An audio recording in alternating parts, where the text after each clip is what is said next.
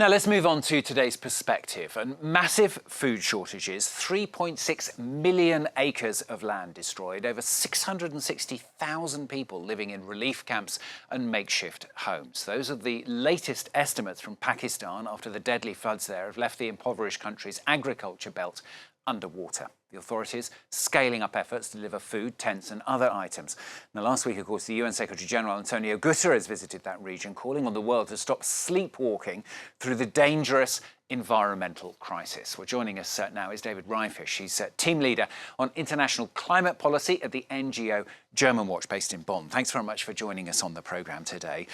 Let's just talk first of all about the latest situation in Pakistan. I mean, it does feel like a total disaster, and it feels like perhaps because of Ukraine, perhaps because of the death of the Queen as well, it's not getting quite as much coverage as it may do. But the pictures that we're seeing does show how the climate can just ravage an entire area.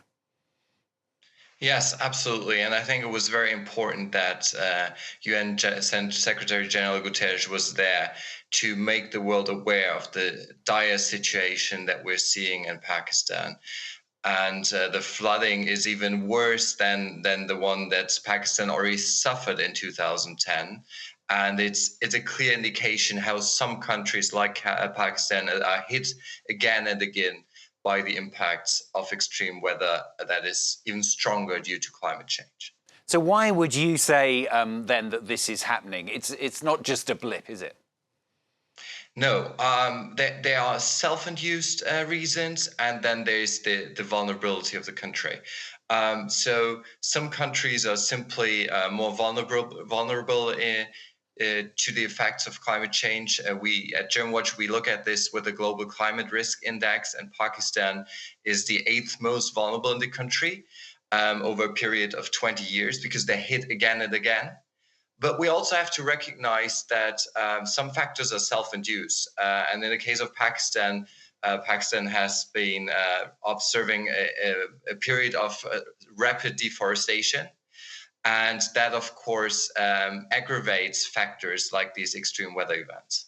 And do you think people are starting to come round to the idea? I mean, obviously, a lot of people have been fully understanding of your argument there and fully aware of the fact that we need to change course for quite a long time. Other people perhaps are just starting to be more tempted to realise that it's because of human beings that this is happening.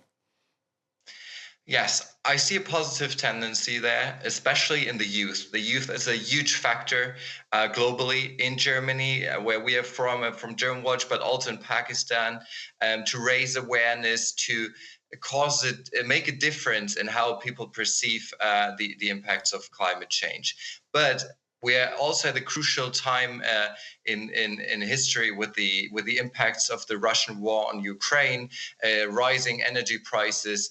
And it is a constant struggle between the short-term decisions versus the long-term steps that need to be taken to bring us onto a 1.5-degree path.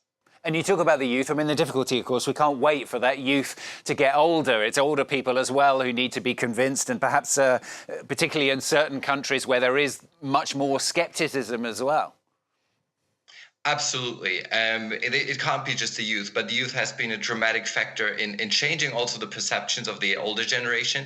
But we have to see that decision makers are still practically 1 or 2 generations older than the youth. And they need to be aware that they need to take the right decisions to bring us onto that path, that we will not reach tipping points where we will not reach impacts of climate change that are even more devastating than the flooding and heat wave that we see this year in Pakistan. Yeah, and it almost feels, doesn't it, for the world leaders' point of view, there's always something which gets in the way. I mean, over the last few years, we've had the coronavirus pandemic. Now we've got the energy crisis. It's very difficult, isn't it, to make people really stand up and particularly world leaders, as you say, pay as much attention as they need to the climate problem. Yes, but leaders should be aware, and I think UN Secretary General Guterres makes a very good point always. These crises are all interlinked. We need to see these crises together: the climate crisis, the biodiversity crisis, a corona, debt crisis, which is very tough on Pakistan as well, and attack these different crises jointly with policies. And that's possible. Like the right policies, in particular when it comes to climate change, for example, investments in renewable energy, they are a smart solution to all these crises. And that's the path that leaders should take. And of course, Pakistan isn't just a one-off. I mean, just thinking of a few events, we've had scorching heat across Europe. We were reporting last week here on France 24 about the extreme heat in California. It's about heat temperatures. It's about water levels right across the entire planet, isn't it? And it does seem to be getting worse and worse. How much do you see it speeding up, as it were, as we go into the next years? Exactly. I completely agree. We see extreme weather events all over the world. We have now the attribution science that is showing that these events are significantly more likely due to climate change. And we are already at 1.2 degrees. So this is something we're now at a stage that many scientists a decade earlier did not expect to happen already at this temperature. So it's another indicator that we now need to accelerate dramatically our actions. This is the decisive decade. And in this decade, we need to bring our emissions down. Otherwise, we might hit disastrous tipping points. David Ryfisch, good to talk to you on the programme today. Thanks very much for joining us, team leader and international climate change at the NGO Germanwatch based in Bonn. Thanks.